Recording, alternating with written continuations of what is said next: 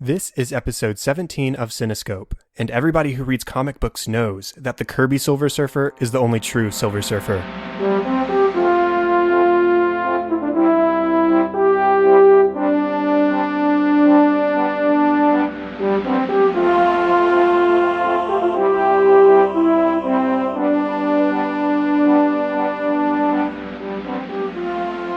Welcome to Cinescope, where our goal is not to criticize or to assign ratings, but rather to celebrate the movies we love, exploring story, characters, music, and relevance to the world around us. I'm your host, Chad Hopkins, and joining me today is Francisco Ruiz to talk about one of his favorite films, Crimson Tide. Francisco, how are you doing? I'm doing quite well. Go Bama. I don't know about that. Texas Tech, wreck 'em over here, but... I meant the submarine. The submarine. Of course, the submarine. I can get behind that. How about you introduce yourself? My name is Francisco Ruiz, as Chad said. I'm a web and graphic designer by trade. I'm also a husband and father to two kids, and I'm one of the hosts of the Retro Rewind podcast. And that's where what we do is we rewatch and replay movies and video games from 15 or more years ago, and we rate whether they're still worth watching today or whether you should just leave them alone. So that's what we do over there. Well, very cool. I haven't checked out your podcast much yet. What? I know. But I have looked through, and you've got a fun list of movies. You've been going for what? Thank you. Almost 4 years now? 4 years. Yeah, we did our 100th episode, and that was our pseudo 4-year anniversary. Our true 4-year anniversary is, 104 or something like that. But yeah, we've been going for 4 years. We release an episode every other week. So that's why it took us longer than maybe like your podcast. We'll probably get to 100 in 2 years. But congrats on the anniversary upcoming. Thank you so much. Like I said, I plan on listening to your show, but producing this one and then listening to bukus and bukus of others, I get behind. And so I will definitely get around to yours eventually. And I'm excited too. Oh, thank you. Yeah. And that's why I love podcasts. I mean, ever since I started listening back in 2006, it's like, wow. I hate whenever there's a morning show on the radio and I had to if I was late to work, I couldn't finish whatever segment it was. But podcasts, I just pause it, I can come back, and I don't miss anything. I love that. Exactly. And get to have so many fun conversations over things we love. So yeah, I'm excited to check that out. Hopefully everybody else will head over to your show, Retro Rewind Podcast, as well, and we'll continue the conversation on multiple podcasts. So just a quick reminder to everybody before we move on. Please go to iTunes, rate, review, subscribe. Do that for my show. Do that for Francisco's show because it helps us no matter what. It is such a big help to us in boosting numbers and listeners and helping us to just grow. So please just take a couple minutes out of your day, head over to iTunes and help us out. We'd much appreciate it. And with that, I'm ready to talk about this movie. How about you, Francisco? Roll Tide. Okay, I'll take that as a yes. So we are talking about Crimson Tide today, which was released on May 12th of 1995 and was directed by Tony Scott, who also directed The Hunger, Top Gun, Beverly Hills Cop 2, True Romance, Spy Game, and Unstoppable. It was written by Michael Schiffler, but also had some uncredited additions by Quentin Tarantino, mostly the pop culture references and humor and that kind of stuff into the script. So there are definitely some Tarantinoisms in here, I would say. Yes, definitely. All those F words. So. Oh, yeah, that's probably a big part of him, too. I wouldn't be surprised. The music was composed by Hans Zimmer, who composed the score for The Lion King. And I wrote here the first 4 Pirates of the Caribbean movies. And we addressed this personally. You said, he didn't technically write the score for the first Pirates of the Caribbean movie. And you're absolutely correct. That score is credited to Klaus Badelt. But Hans Zimmer was very much involved and actually composed 3 or 4 of the main themes for that film. So very much involved from the beginning. But you are absolutely correct when you address that to me in our little email chat. That is Klaus Badelt's film. I'm actually not very familiar with Klaus Badelt outside of Pirates of the Caribbean 1, so I don't know what he's up to nowadays or what he's done in the time since, but Hans Zimmer is definitely the name that sticks. Oh, yes, definitely. So Hans Zimmer also composed the scores for Gladiator, The Last Samurai, The Dark Knight trilogy, and Interstellar, plus several other films. There's just too many to list when it comes to Mr. Zimmer. Right. This movie stars Denzel Washington, Gene Hackman, George Zunza, Viggo Mortensen, James Gandolfini, and Matt Craven. So, what was your first experience with this movie? So let's see. A little bit of background. My mom was in the Air Force, and she was stationed at the time that this came out at Vandenberg Air Force Base, which is in California. Some people will say it's Central California, but it's much more like it's still Southern California, near Santa Barbara. And in between the base and the nearest city, which is Lompoc, there was, unfortunately not, it's a recycling center now, but there was a drive-in theater called the Valley Drive-In. So my mom took me and my brothers to go see usually had double features, and Crimson Tide, I think, was the second movie. So my brothers had fallen asleep, I think, for this after the first movie, but me and my mom were just totally riveted as we watched Crimson Tide. And even as like a almost 14-year-old, I really enjoyed it. I think my mom did too. We usually talked about movies and other stuff, but on the ride home, the thing I remember most distinctly was she said, "Yeah, communication's really everything." And she's very much, she worked on satellites, so that was very apropos of her to say. But that was my initial experience with watching Crimson Tide. Well, my initial experience with watching this movie was earlier this afternoon when I brought it up on my Apple TV. So I wasn't very familiar with this film. And, I kept a list here. I've seen many Denzel Washington films, so I knew how fantastic he would be. I had expectations for him, of course. I could count the number of Viggo Mortensen films I've seen on 3 fingers. 3 guesses what those 3 films are. History of Violence. No. Oh, yes, of course. Lord of the Rings trilogy. Yes, of course. yes. And the only other Tony Scott film I had seen was Top Gun. And, Top Gun, I like it. I think it's a fun 80s film. I mean, you get what you basically see in the trailers. I mean, it's lots of cool air action, lots of Tom Cruise being Tom Cruise. I mean, it's a fun movie, and I enjoy it for that reason. But, there's really not a whole lot of extra stuff to that movie. It's face value. And that's what it's for, and that's great. That's okay with me. I like it. I feel the need for speed. Exactly. And so I do like that movie. And so that was my only Tony Scott experience. And then, of course, I am very familiar with Hans Zimmer. And this is semi-early Hans Zimmer. And so I had a sort of expectation as to what I would hear on that side of things. And I would say all of my expectations were met. And I was actually really impressed with how much I enjoyed this movie because, I mean, it's a submarine movie for one. And submarine movies are very specific in what they're trying to make you experience. And that's like this intense claustrophobia and this inability to escape situations. And we get a lot of that in this movie. And there's also, for those of you who follow the podcast on Twitter or follow me on Twitter, you saw that I was talking about how I was writing my notes earlier today, and I was laughing at myself because I was making puns. And here's where the pun comes in. There's a lot of depth to this movie. And so, and I do mean that. I mean, there is a lot of depth to this movie. You get discussions and questions on race relations and on nuclear warfare and on protocol versus morality or right versus wrong. There's these heavy concepts that are struggled with in the context of the film. And I really didn't expect that from a submarine movie from the director of Top Gun, right? Like I said, from Top Gun, I mean, it's basically a face value film, and that's what it's got going for it. It's fun for that reason. You get Highway to the Danger Zone for 45 minutes plus out of the movie. That's what the movie is. It's Highway to the Danger Zone and planes, and that's cool. Not just planes, F-14 Tomcats. Oh, yes. How could I forget? And so I really was impressed with the depth that this movie brought to the table. So we could sort of use that to transition, I guess, into the story. What about the story do you like here? Well, I really appreciate, so the conceit of the story, how they set it up is that this rebel faction is rising up in Russia and is trying to steal nuclear missile silos to launch at the U.S. and our allies. And though that's kind of that fear of Russia for one, but also rebels stealing nukes from within Russia seems like less of a thing we fear today. We're much more apt to fear terrorism in general.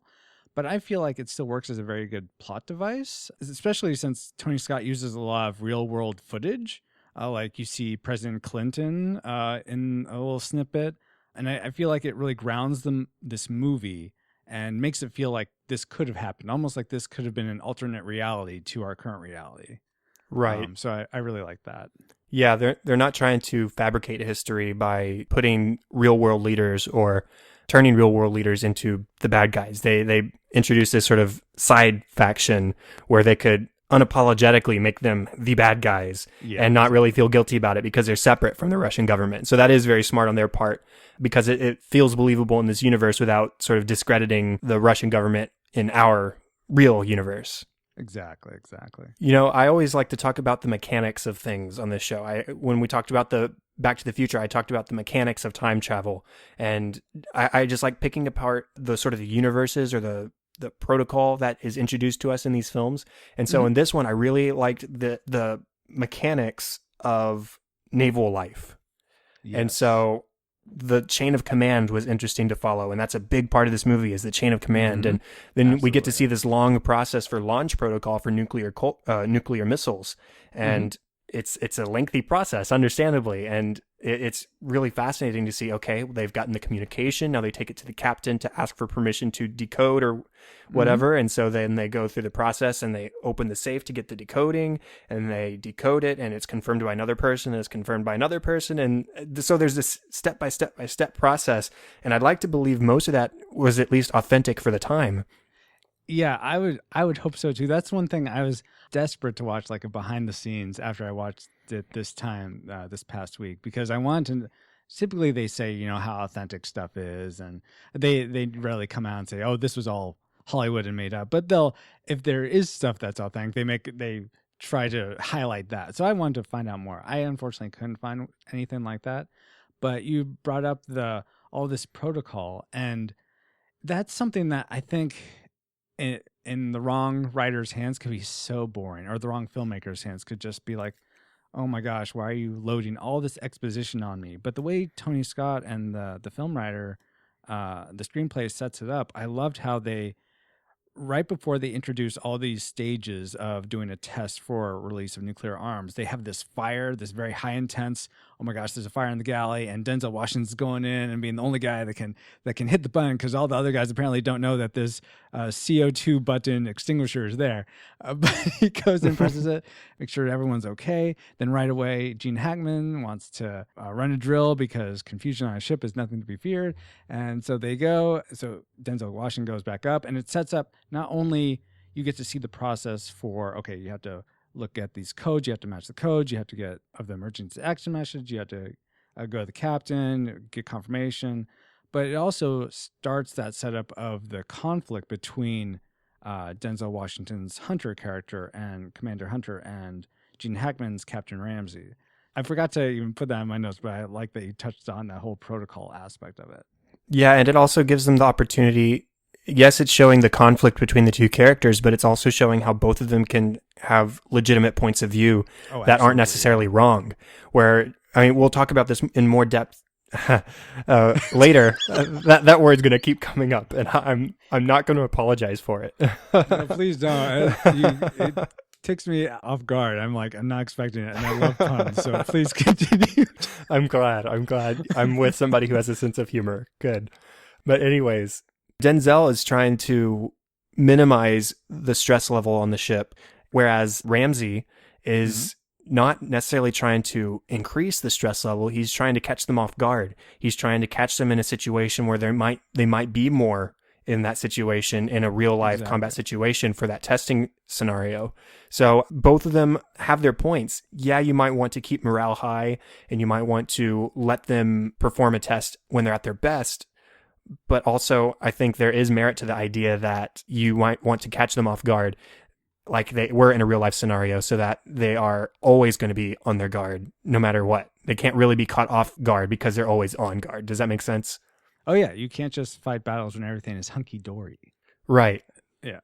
Exactly. I like this movie. I'm probably going to quote it throughout this, so it works hopefully. For me. I mentioned this earlier. I like the claustrophobia of the setting.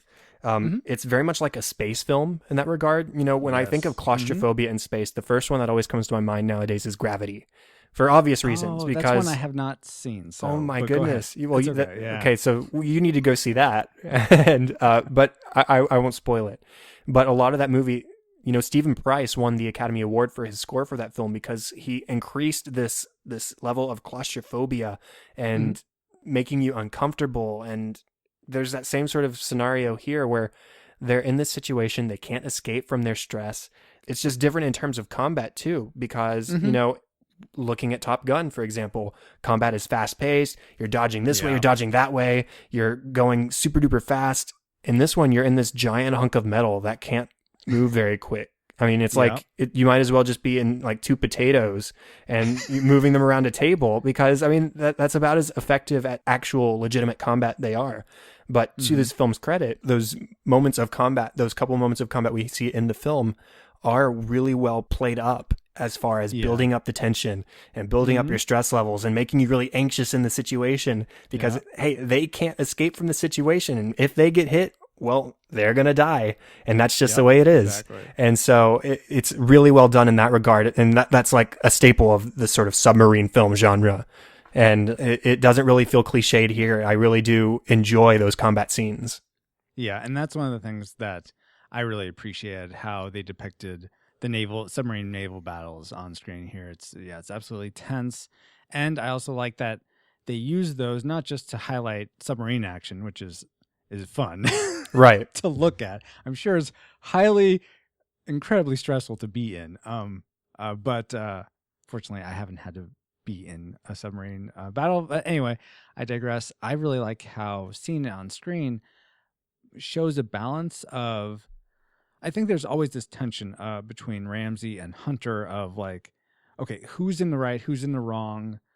Well, maybe if one of them is incompetent, then that'll show who the person in the right is. But you see Ramsey handle the torpedoes well and the enemy sub well. You see Hunter actually be able to handle it and destroy it, but get hit. So it's this constant balance of, but I'm spoiling the end here, but they're both right and both wrong.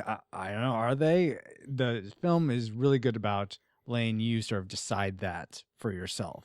Right. And that was sort of my final point in my story section, was that there's not a bad guy here. I mean, yes, the Russians, or at least the Russian faction, are the bad guys, technically. But if one Russian is killed, I will kill 900,000 of them who is responsible. Exactly. And so we got to watch out. They are the bad guys. They're going to kill lots of people, lots of Americans, or lots of whoever's responsible is what he says. Yeah. But ultimately, the conflict here, there's an idea introduced early in the film that war is the ultimate enemy. And this is something we'll talk about more later. But the concept that Hunter is not bad, Ramsey, though questionable at times, is not bad. They both have right, quote unquote, viewpoints. And so it's ultimately up to us to decide who's in the right, who's in the wrong. And I made this comparison while watching today. It's sort of like Marvel's Captain America Civil War, where, both Captain America has a viewpoint, Iron Man has a viewpoint, neither of them are wrong, and they don't necessarily present a who's right scenario. We get a little bit more of an answer here, but still, a lot of it is up to the audience to decide, okay, I side with this character because this, and I side with this character because this. And so I really like that the conflict isn't that there's necessarily a true bad guy. It's the conflict is conflict, right? Yeah, conflict of philosophies, which, right, again, if you don't do it right, that could be highly boring, I would think, to watch on screen. But Tony Scott just totally does it really well. And I think it's interesting, going back a little bit, how you said that, like comparing this to Top Gun, which is all like, woohoo, being a cowboy and up in the air. Right. Whereas this is much more like, it takes a team, it takes tons of people to make these machines run, and you're all crammed together. And I think, it is a lot more deliberate in how it goes about, and that Tony Scott is able to bring that mentality of still this action and intensity to something that could be very mundane, as mundane as war machines can get, but is amazing to me. Right. Well, I mean, as far as like naval combat goes, this is probably the most boring form of it, just because there's not a whole lot going on. You're underwater, you're not really going anywhere, you're not going fast. And so the interesting part of this situation is what's happening inside. And that's what this film does a great job of showcasing. And it definitely, I think a lot hinges on the actors, because we really need to buy into what they're doing. I mean, since we can't see the outside, they really can't see the outside. We're really just left to read their emotions on their faces. And I think I can't think of one actor that I didn't think did that well. Right. And well, speaking of actors, how about we transition into characters? Yeah, sounds good. Okay, so I mean, the obvious starter of this discussion is Hunter. And I mean, I just want to start by saying it's another outstanding Denzel Washington performance. I don't know if I've ever seen a film with him in it in any capacity that I didn't enjoy, just because he always gives everything 110% into every single performance. I always buy into his character. I always buy into his character's motivations. And that's not always easy in situations where the leader is having to make questionable decisions. Yeah, for me, I definitely liked Denzel Washington. I love that he brought so much like higher level thought to this movie, and it totally reads well. He totally delivers the lines as if he has been educated at Harvard. Right. Excuse me, Harvard, and and Naval Academy, et cetera, et cetera. But I also really enjoyed Gene Hackman. I want, at one point, I'm gonna go back and probably watch most of Gene Hackman's back catalog. I've seen him in Superman, and I've seen him in Enemy of the State, another Don Simpson, Jerry Bruckheimer production like Crimson Tide. So I've seen a lot of his more contemporary to me work, but I haven't seen like French Connection and a lot of his work that I think made him famous. And I'd love to go back and see that. But anyway, I digress. I really enjoyed Gene Hackman playing this almost Ahab character, but it's an Ahab, I'd say, that's very attuned to, this is the letter of the law. I'm going to follow this exactly. Nothing is going to dissuade me. This is what I know is right because this is what I was given. I think he performed that very admirably, while also sort of maintaining this, I could lose it almost at any minute, I felt. There were times while watching where he reminded me of Nicholson in A Few Good Men. Oh, yes. The sort of character who's willing to bend the rules here and there in order to ultimately achieve what he believes is right. Admittedly, I've only seen A Few Good Men once, and it's been a little while, but that's sort of the connection that I made. It was a very similar performance, and they were actually released around the same time. I think I haven't seen a whole lot of Gene Hackman films. I think I've maybe seen the original Superman when I was a kid, and I don't really remember much of that. And so this was like a fresh perspective on him as an actor. And he's a great polar opposite of Denzel in this film. Absolutely. He's bullheaded. He's strong-willed. He's less inclined to maybe think entirely through a situation. And at the same time, he's not a bad guy. He's not wrong. He's a good man who is sometimes doing the wrong things for the right reasons. Like there's this one scene later in the film where he's holding a gun to petty officer's head in order to persuade another person to do what he wants him to do. Yeah. And I mean, and that's not something that a captain of a ship really should be doing. No, but I mean, his motivation in that moment, he is thinking, oh crap, the Russians are about to fire on us. It's our job to stop them. So he's trying to find a means to an end. And he just makes maybe a bad decision there in the moment. And at the same time, we see the reason.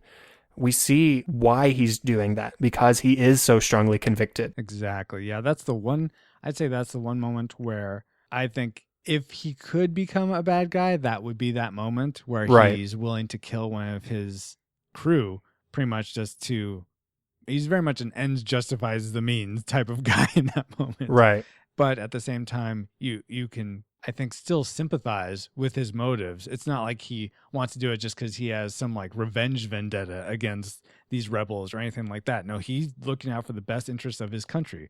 But so is Hunter, because he knows that if we're wrong, then they'll launch at us and launch nukes at us. And it's like, okay, so, but what right. Just the mental acrobats that you have to go through and sort of playing out these scenarios is incredible. And I love that this film places them on you.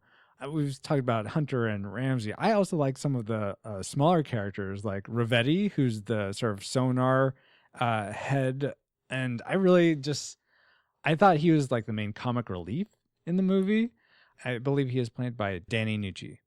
And I really appreciated him, and also the bond that him and Hunter formed, because just from your quote that you had about Jack Kirby comics. I really liked that aspect of their relationship and how Hunter was able to trust him and what came of that trust. Yeah, I liked him, and I liked the other sort of side character who Hunter bonded with. The guy who was doing the radio? Yeah, that was probably it. The guy who was fixing the radio. Oh, Vossler. Vossler, thank you.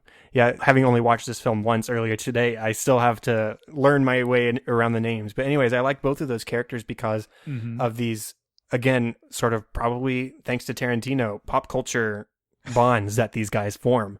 You've got Hunter forming a bond with Rivetti over the comics, and Rivetti actually has his own sort of little enemy that gets to pay off later in the film. Yeah. that conflict over the comics. But then Hunter also forms a bond with that other character, Vossler, over Star Trek. And how I'm Captain Kirk, you're Scotty, I need more energy. He needs more and more warp speed. And so there's those fun little bonds that are formed, and it really just shows an effort that Hunter is, in the end, more compassionate towards at least his crewmates and his peers, and is more open to meeting their needs so that his needs are met, rather than it's sort of the other way around for Ramsey, where he is trying to meet his needs and then the crew's needs will be met once he's achieved what he wants, right? Well, for me, having seen this many times, I don't know. I think I'd give a little pushback to Ramsey wanting to achieve what he wants. I think he's very much wanting to achieve what his orders are. He got these orders, and it's almost like he would be going against his honor and his duty to his country if he didn't go with those orders. And he's seen it from the aspect of, we're giving these orders. If we don't do them, our country's going to be blown up. So why would we not do anything with these orders we've given? As opposed to him wanting to just like, I need this because I want to be a good captain. I'm not saying that's what you're saying. That's how I was hearing it, I guess. No, I definitely agree with you. I wasn't trying to insinuate that he was selfish, but it was definitely, he's just different than Hunter in that way, where he doesn't necessarily put the needs or the wants of the crew first, whereas Hunter sort of wants his crew to be happy. He wants morale to be higher, whereas Ramsey just wants to get the job done. Does that make sense? Yes, absolutely. Yeah. Ramsey's like, keep your priorities right, your mission and your men. And it's almost like Hunter, his priorities would be his men and then his mission. So I think that's sort of the difference in thought.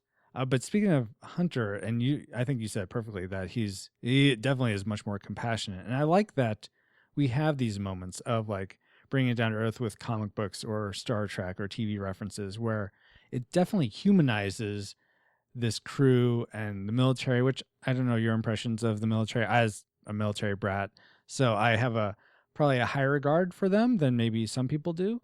But I like that you see that these are just other people, and they're just, as Ramsey says, those men out there are just boys trained to do an unspeakable thing. And the only guarantee they have that they're going to do the proper thing is the unqualified belief in the unified chain of command. Which I Very think nice. is a great line. Thank you. Because it's like, yeah, I mean, why should I trust you up there? I mean, have you ever dropped nukes on anyone? I mean, this is a crazy thing, but they just have to trust that their senior officers know better. And we find that some of them don't know better. Briefly, we can talk about Viggo Mortensen. Unfortunately, he doesn't have a huge role. I mean, he does have a bigger part, but he's not like a main focus of this film, which was a little disappointing to me, but I thought what he was in was great. First off, his look sort of threw me off because I'm used to Aragorn. Again, yes. I can count the 3 films that I've seen on 3 fingers with Viggo Mortensen.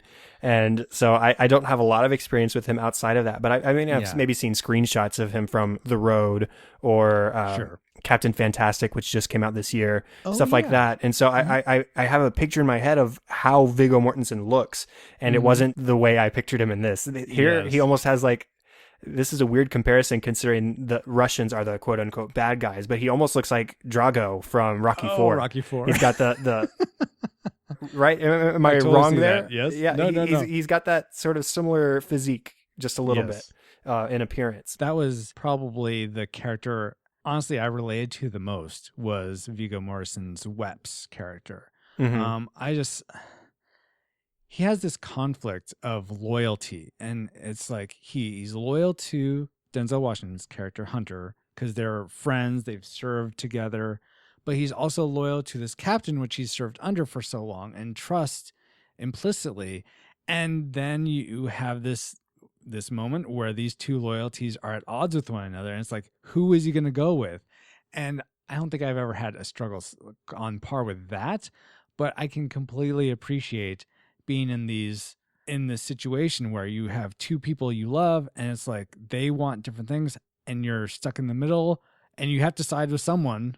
I don't know why there's a gun to your head. Well, I mean, a gun was to his head, but you had to side with someone, and who you're going to side with.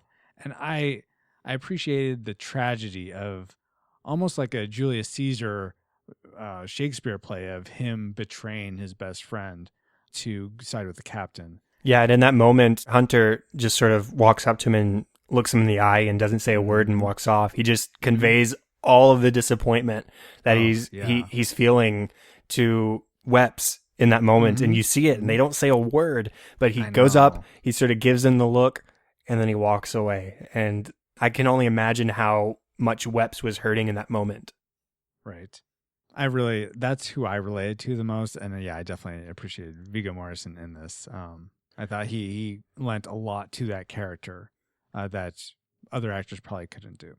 Right. I mean, if I did have to state like a single disappointment with this film, I wish there was a little bit more of a resolution between Weps and Hunter towards the end of the film. Yes. I honestly, like, I've seen this movie definitely a handful of times, if not more, and I had never given a thought to closure to their relationship. It sort of just hangs that they had this standoff, and then you never see them resolve anything. I mean, you see Weps really happy that they didn't have to launch and like happy that his friend essentially won the battle of philosophies, but you never see them come back together. And I never realized that until watching it this last time. So yeah, I am disappointed in that as well. Yeah, I mean, Weps clearly resolves a conflict within himself and makes the decision to side with Hunter. So he does go with his older friend, and that's great for us to witness. But I just wish, considering the last time we saw them together, they had that standoff that I was talking about where you just see the disappointment between the two men.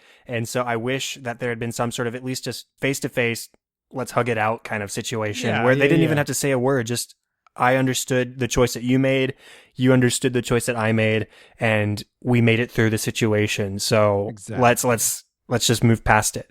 And in my head, I'm going to imagine that's what happened anyways. Happy ending between those two characters. Yeah. That's fine with me.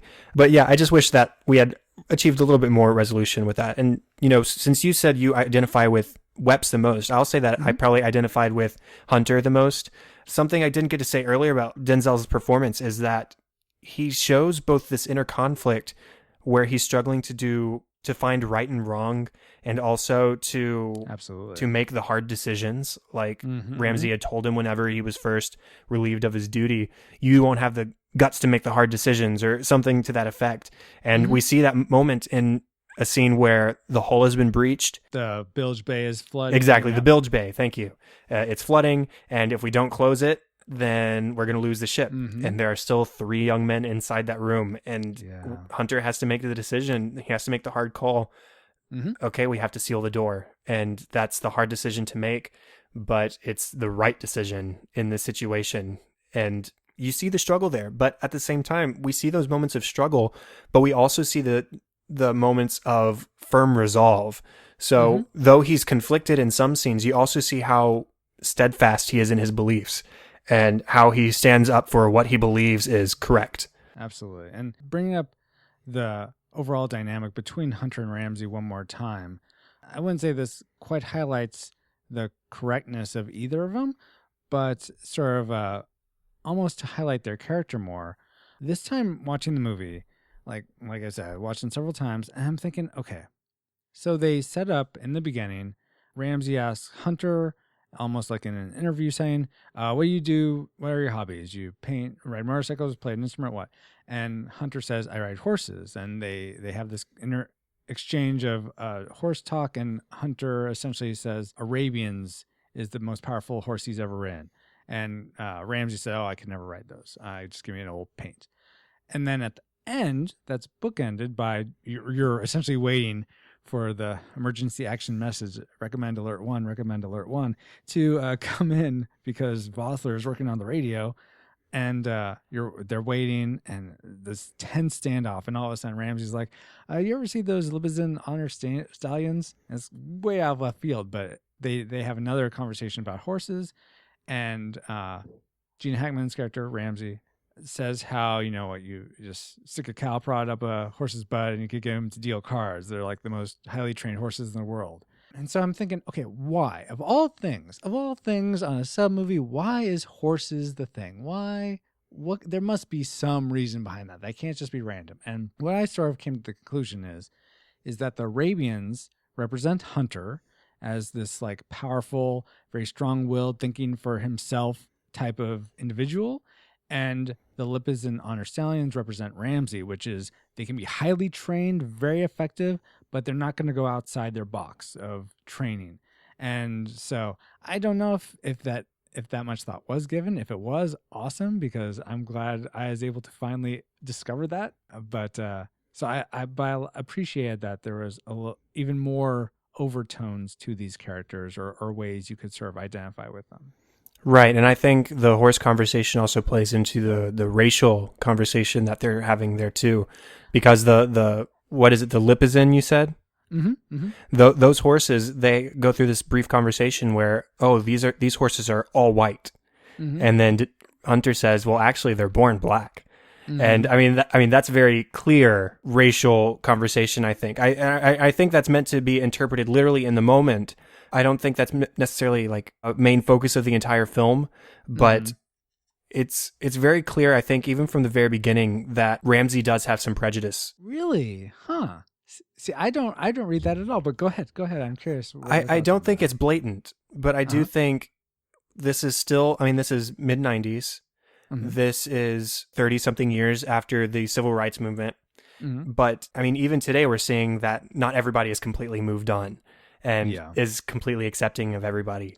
And so I think even in that first scene, I couldn't place my finger on it, but there was this sort of weird tension in that scene where Ramsey was being cordial in the moment, but I think he was displaying some prejudice against hiring a person of color as a naval officer, naval commander. And I think that the horses, especially that Lipizin at the end, was the more blatant representation of racial relations and white and black and abilities of both. And I don't know, maybe I'm reading into that wrong. Maybe I'm not, but you know what? That did cross my mind. The whole black, and they're not white at birth, they're born black. That definitely crossed my mind. I'm like, and I was thinking, is there a race element to this? Because personally, I didn't pick up on anything like that. I do, now that you mention it, going back to that interview section, I can sort of see what you're talking about. Like, is there some sort of racial bias because Denzel Washington's black, Hunter's black? And maybe there is. I guess I might have to watch this movie anymore. Oh no! Real quick, there's a line that he says, "You were at the top of a recommended list" or something. Oh yeah. And then he says, "It was a pretty short list." Short list. Like, sort of minimizing that accomplishment of being at the top of a list. It was a short list. Don't put yourself up on too high of a pedestal because you weren't ahead of a whole lot of people. You were ahead of a couple of people. Does that make sense? It does. So it was sort of like a back-ended compliment the way I read it in the moment, at least. Oh, absolutely. It definitely was backhanded. I took it more to be like, don't think that just because you're at the top of the list, almost like don't be too full of yourself now. Mm-hmm. Because here's why I'm thinking it's not a race thing, and why it's actually Ramsey is way more feeling threatened by the education of Denzel Washington's character and how he is this man, this Renaissance man of higher thought and war theory, whereas Ramsey says that Naval War College is just metallurgy and nuclear reactors, not 19th century philosophy. and so it's almost he's threatened by, why are they sending me this XO that's like in these mamby-pamby disciplines? I need a hardened soldier to fight with me. I took it as him reacting to that as opposed to his race, but it could be there. I that's just my opinion. I think probably both is the answer. I think it's my way, Chad. I mean, I think there's definitely merit to both. And I think that's what's so great about film and having these discussions is that we can sort of tackle what we see in our interpretation of the film and then compare and contrast and maybe not ever come to an answer, but at least the question has been brought up, right? Mm-hmm. Mm-hmm. So before we go into another sort of more in-depth conversation, let's talk about the music real quick. So, okay. Like I said, this is like classic. This is old school Zimmer. This is a Zimmer who was more traditional in his approach. Nowadays, the operative word in a Zimmer score is experimentation because he's always trying new things. For, what was it? Man of Steel, he had a 12-man percussion team come together to come up with the driving beats behind the score. And and Amazing Spider-Man 2 that's a controversial score for a lot of reasons. A lot of people don't like it. I like it just because it's different. And that's what Hans Zimmer's always do. He's always pushing the envelope and doing something different. Mm-hmm. Now here in Crimson Tide, there's some elements of difference. There's some electronics use. There are some more traditional scoring techniques. There is some choral stuff, which is really cool. Oh, yeah. But ultimately, it is a rousing, just entertaining score. It's in the traditional school, I would say. Yeah. And it very much feels similar to the main theme from Top Gun, too. Whereas Top Gun is definitely more 80s and a little bit more on the electronic side. But there are elements of that here where I can hear the score and I can hear the similarities to Top Gun. And I can hear maybe Tony Scott saying, you know what we did with Top Gun, let's aim for some of that sound, but bring your own stuff to the table too.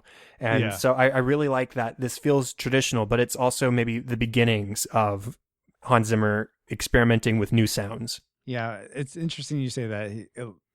He was looking back to Top Gun because I want to say I typically confuse this score by Hans Zimmer with his The Rock score because I feel like maybe Michael Bay would say, what we did on Crimson Tide? Can we do something like that on The Rock? I wouldn't doubt that something like that happened. Well, of course, nowadays everybody says, hey, composer, how about you make a Hans Zimmer score to this film? And so every score we hear nowadays is just a Hans Zimmer score. Hans Zimmer, that's just sort of the popular thing nowadays. But this is pre-Pirates. This is pre-Gladiator. Yep. This is post-Lion King. So he's hot off the Academy Award for this score. And so we get a little bit of traditional stuff and a little bit more of the experimentation stuff at the same time. I love the theme to Hans Zimmer. I unfortunately can't talk to it in any sort of musical I don't have much of a musical vocabulary. All I can say is I really like the main theme of Crimson Tide. I feel like it's the way I'd put it is it feels both very heroic and also that things are going to be tense. Like this is going to be we're going to pull through, but it's not going to be easy. That's the best way I have to describe it. It has its slower and more somber moments, but it also has its big sort of rousing, energetic moments at the same time. Yeah, I love it. There's actually one moment specifically that sounded very much like Pirates of the Caribbean, but I didn't really care in the moment just because it fit the mood. It sounded cool. I didn't really mind. I've been critical of Hans Zimmer in the past for having everything sound like Pirates of the Caribbean, but it's another boat. It's a type it of is, boat. And so I won't discredit him that because it does work in context. And all the time when Hans Zimmer does score a film, I think it does work in context. And so we've got the good mix of traditional electronic choral. There's a couple of moments where choral pieces are heard. In fact, as they're sort of first descending at the beginning of the film, we get a choral version of the hymn Eternal Father, Strong to Save, which is interesting because that's actually the same song that they used in a scene in Titanic just a couple years later. Yes. And it's notable because it contains the line, those in peril on the sea. Mm-hmm. And so it's interesting. This predates Titanic. They both use the same song, and it fits the mood. And if you're paying attention to the lyrics there, if you're only paying attention to the choral sounds, you're going to miss it. But if you pay attention to the choral lyrics, you're going to hear that sound, those in peril on the sea. And if you weren't expecting it already, you know that peril is coming. Yep. And it's funny that you mentioned the Titanic, because I remember watching Titanic in the theater. I'm like, wait, I've heard this song. I think this is Crimson Tide. Right. I thought it was an original piece for Crimson Tide. I mean, back in 95, the internet was not the thing it is now. So you can just look. There was no IMDb, so you can't look that up. But I was like, oh, I think I maybe this is a hymn or a different piece of music. But apparently, I looked this up recently that hymn is used by the U.S. Navy as like their not official theme, but that's something that they use as like a main piece that they do, and it's actually been adopted by a lot of other like British Navy and other armed forces. Anything else about the music? Just that for things like that hymn and just overall, I felt like is very true to the movie. It felt like it definitely fit. I think you kind of alluded to that Hans Zimmer did this right for this movie. Definitely. And Hans Zimmer is generally pretty good about coming up with the sound for the film. And he definitely did that in this case. Yes, absolutely. So let's talk about relevance. What's one of your takeaways from this film? So this is quite minute, but I would say, so I'm fairly deliberate with the words I say because of this film.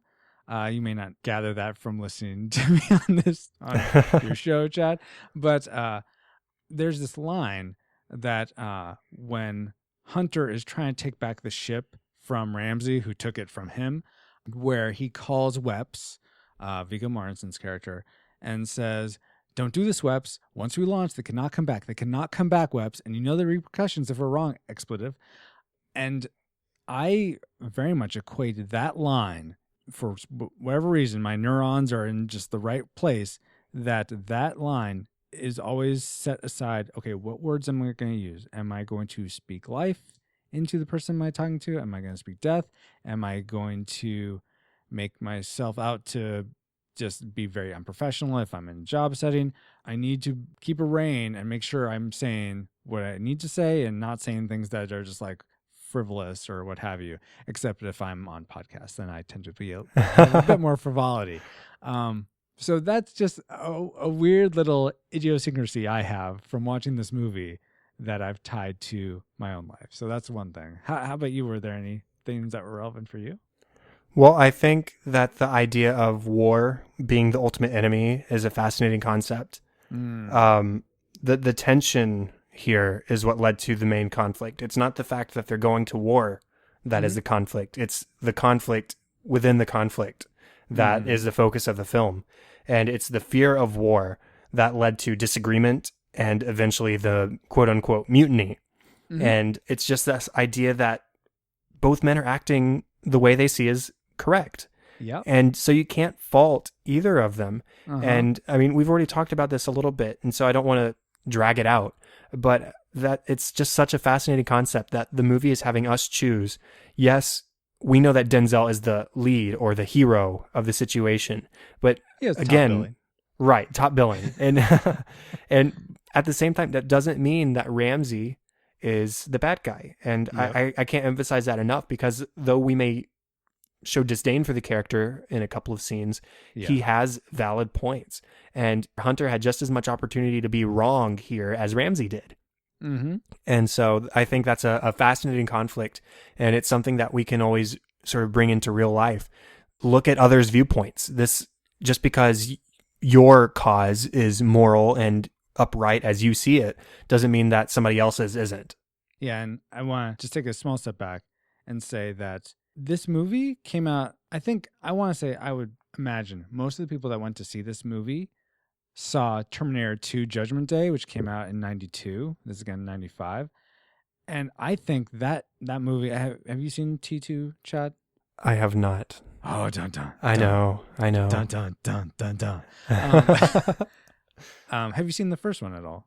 No, I haven't seen any of the Terminator films. So I would recommend the first two. After that, if you really want to see more, then that's fine. But the first two, I would highly recommend.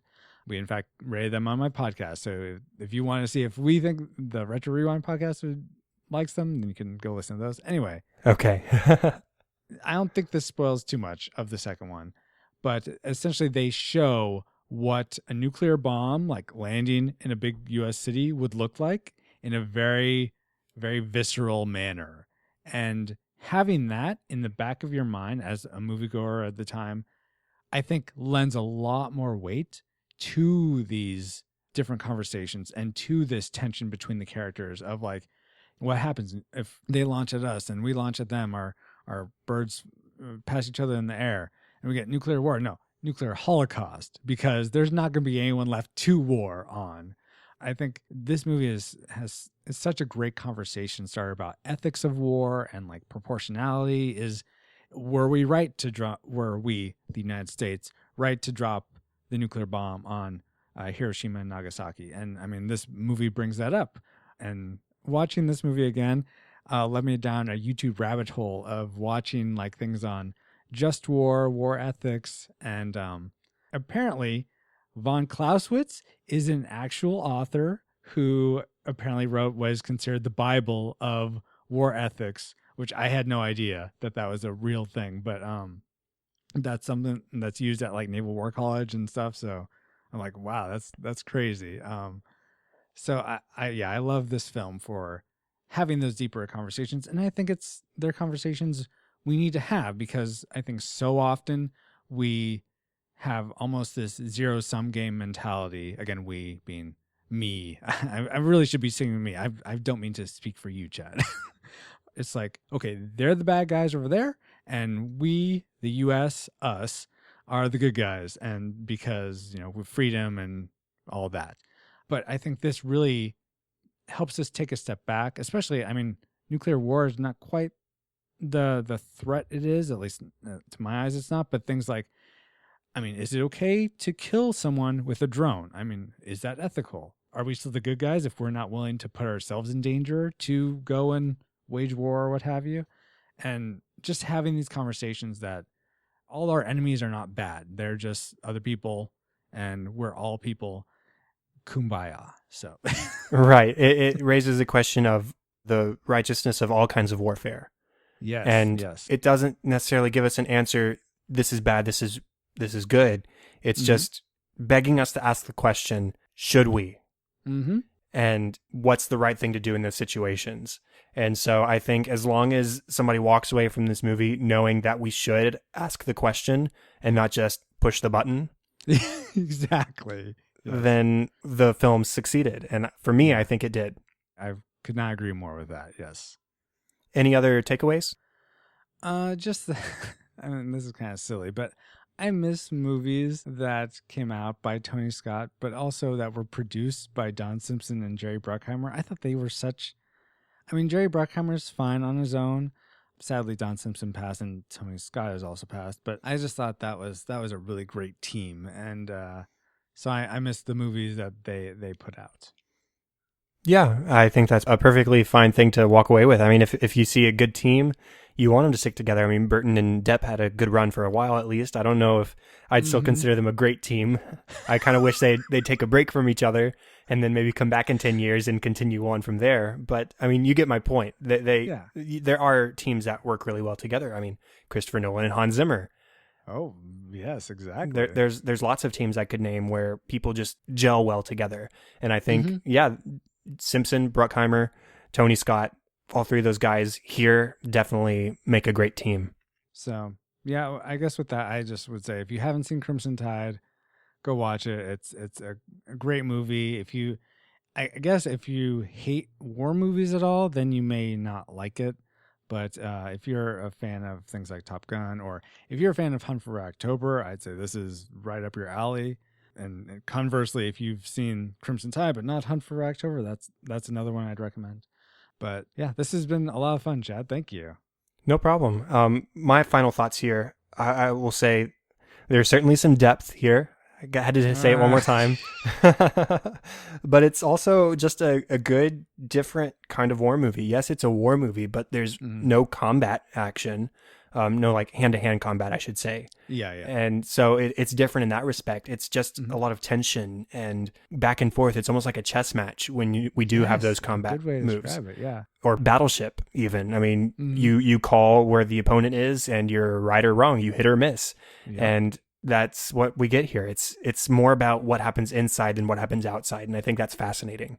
Yeah, totally. It's very much a character-driven movie. I mean, there's definitely a plot, but if you're interested in seeing these how characters work in this different situation that most of us normally aren't in, it's very fascinating to watch.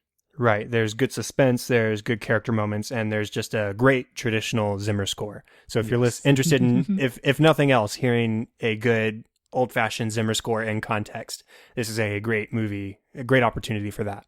Indeed. With that, that is the end of the official 17th episode of Cinescope. Thank you so much, Francisco, for being on the show.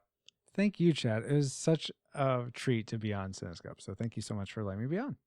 No problem. Contact for the show is facebook.com/Cinescope Podcast and at Cinescope Pod on Twitter. Again, rate, review, subscribe on iTunes, and email feedback and ideas to the Cinescope Podcast at gmail.com. And you can also use that email address to contact regarding co-hosting. That is what Francisco here did. He emailed me back at the end of September. I said, hey, I'd love to have you on the show. I'll fit you in sometime. And so Open Space came up, and here you are. Here I am indeed. And you introduced me to a great film. So, I mean, it doesn't have to be a film that you think I know or know that I know or anything like that. If you have a film that you love to talk about, then definitely email me. Let me know. Hit me up on Twitter, on Facebook, and tell me what film you're interested in talking about, and we will fit you in some way, somehow, sometime. Somewhere, in some dimension. And I want to take a quick moment to speak to anyone who's like, I don't know. I mean, maybe I'd have something to say about this movie I really love, but would I be any good? I mean, I don't know you personally, whoever's listening, but Chad does a great job of getting you prepped with like the notes you need the stuff you need to prepare for, and just making sure you're gonna be able to talk about this whatever movie it is that you love. So don't be worried that you're gonna have to come in cold and just be completely flustered about what to do. I was a little worried. Then he sent me his sort of outline. I'm like, oh, okay, I can do this. I'm glad I was helpful. I try and be as accommodating as I can, because I know how stressful it can be to maybe talk to a new person or to do something new or anything like that. So I edit the show. So if there are hiccups in the conversation, then we can always change those out, switch those out, whatever it takes to make you feel most comfortable. That's what I'm interested in doing. So again, if you're interested, if you love a film, if you love talking about films, let me know and we will get you on this show. Francisco, where can people find you online? So you can find my personal Twitter is at FXRUIZX. But you can also find me on the Retro Rewind Podcast Twitter, which is Retro Rewind Podcast, or at Retro Rewind Pod. And you can find me at retrorewindpodcast.com. That's where I do my show with my good friend and co-host Paul Powers.